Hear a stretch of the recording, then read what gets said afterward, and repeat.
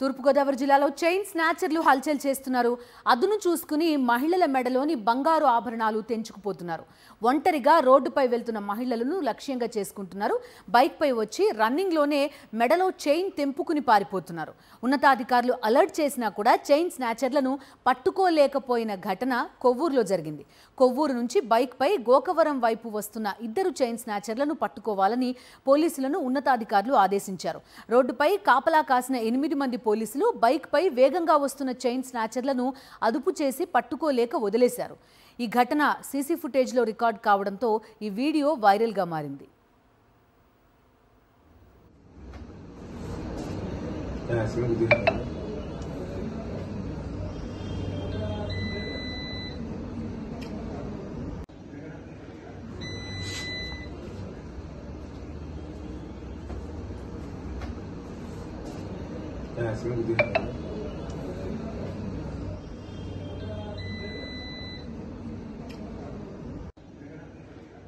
రాసుకోటి దగ్గర నుంచి బయలుదేరి నీటిపారుదల వైపు నుంచి వస్తూ కిరణ్ స్టూడియోకి వెళ్తున్నానండి.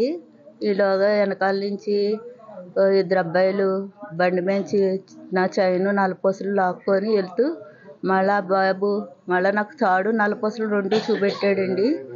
నల్ల టీ షర్టు వేసుకొని పైన మంకీ క్యాప్ లాంటిది పెట్టుకొని ఉన్నాడు. నేను కొవ్వూరంతల గుడి వరకు పరిగెట్టగలిగాను, కానీ ఆపండి అని ఎంతమంది నన్ను ఎవరు ఆపలేదండి అబ్బాయిని. ఆ తర్వాత ఆడు వెనక్కి చూసుకొని వెళ్ళిపోయాడు.